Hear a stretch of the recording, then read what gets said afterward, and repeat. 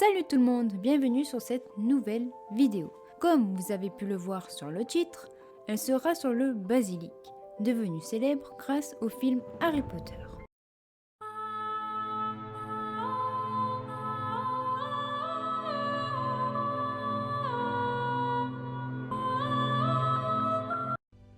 Le basilic a eu deux formes au fil du temps.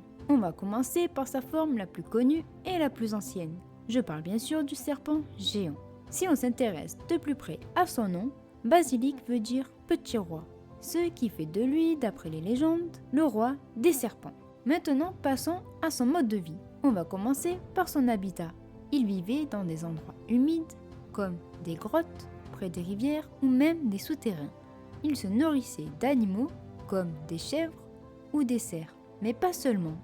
D'après certains contes, des créatures légendaires apparaissaient dans son menu, comme par exemple des licornes ou des fées, mais aussi bien d'autres. Maintenant qu'on a vu son mode de vie, voyageons un peu dans le temps, en commençant par l'Antiquité gréco-romaine, où il est représenté comme étant un serpent de taille variable. Maintenant que j'ai parlé de l'Antiquité gréco-romaine, voyons un peu ses manières de tuer. D'après les légendes, l'une d'elles serait en crachant du venin mortel, ou le seul antidote serait des larmes de phénix, ou bien encore de pétrifier d'un simple regard.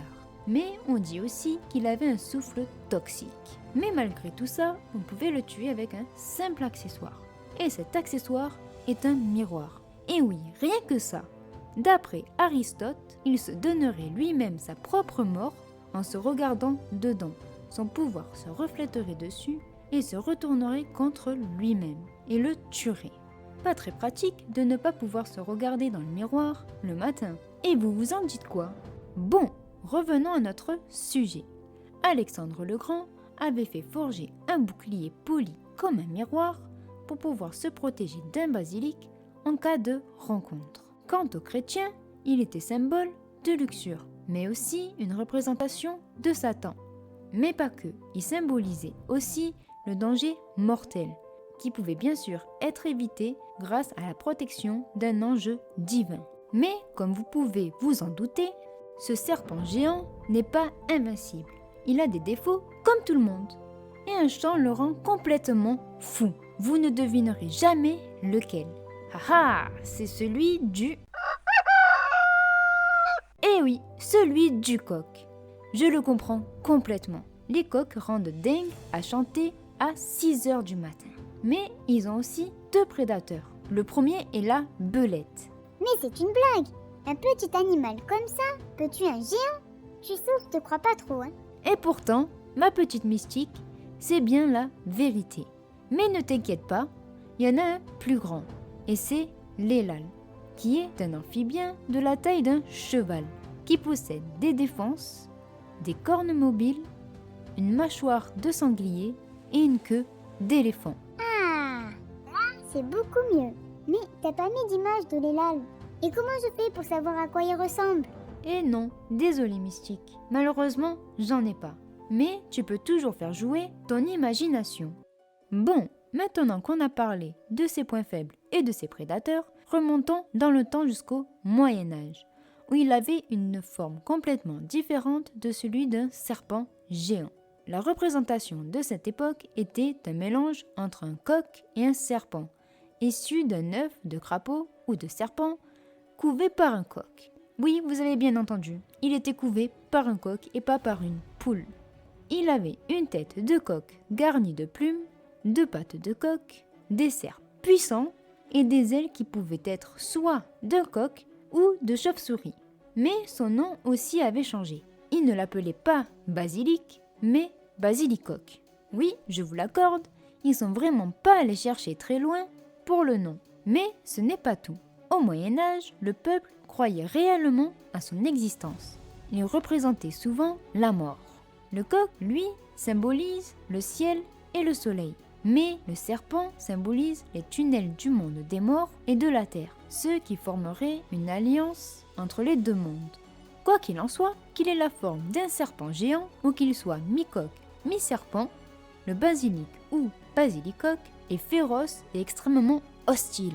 Un autre point concernant le basilicoque. il ne faut pas le confondre avec le Cocatrix, qui lui est une autre variété du basilicoque. Voyons une autre variété dans la culture roumaine, où il est représenté sous le nom de basilic. Semblable au basilic, sauf qu'il ne craint pas du tout les belettes. Mais d'où vient la légende du basilic? D'après des hypothèses, elle viendrait du cobra, car il possède des caractéristiques du basilic, comme par exemple, il peut tuer à distance grâce à son venin, et non son regard comme le basilic. Mais ce n'est pas tout, c'est aussi le symbole d'une ville située en Suisse, nommée Bâle. Il est représenté dans les armoiries de la ville, mentionné pour la première fois dans un document de 1448.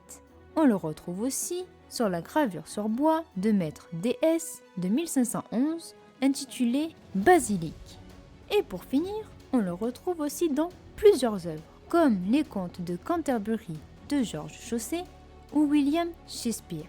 Comme dit en début de vidéo, on le retrouve aussi dans les romans adaptés en film Harry Potter et la Chambre des Secrets par J.K. Rowling. Mais ce n'est pas tout, on peut l'apercevoir dans des jeux vidéo comme God of War.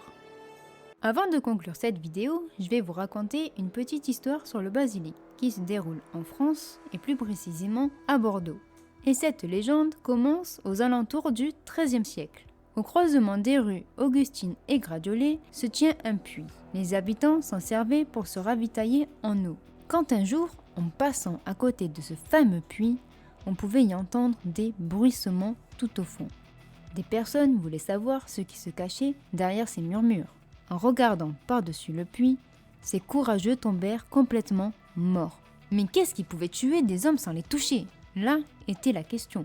Les murmures continuaient quand un jour des personnes ont décidé de percer le mystère de ce puits.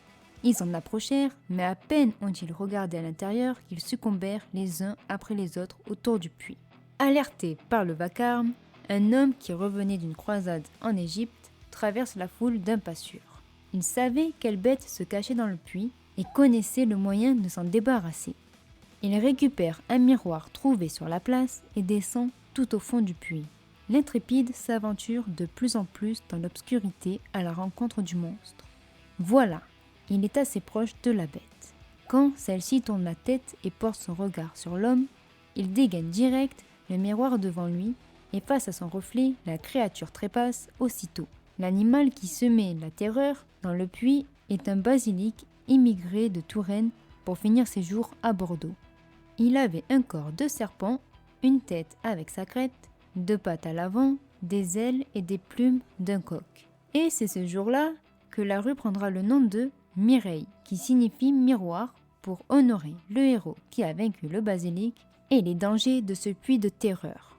Cette petite histoire est terminée. J'espère qu'elle vous aura plu. Dites-moi ce que vous en avez pensé en commentaire, car je vais essayer d'en mettre le plus souvent possible dans mes futures vidéos. Bon les amis, c'est la fin de cette vidéo sur le basilic. J'espère qu'elle vous aura plu et appris plein de choses sur cet animal mythique. N'hésitez pas à me mettre un commentaire, à lâcher un pouce bleu, sans oublier de vous abonner. Et on se voit très prochainement dans une prochaine vidéo. D'ici là, passez une bonne journée.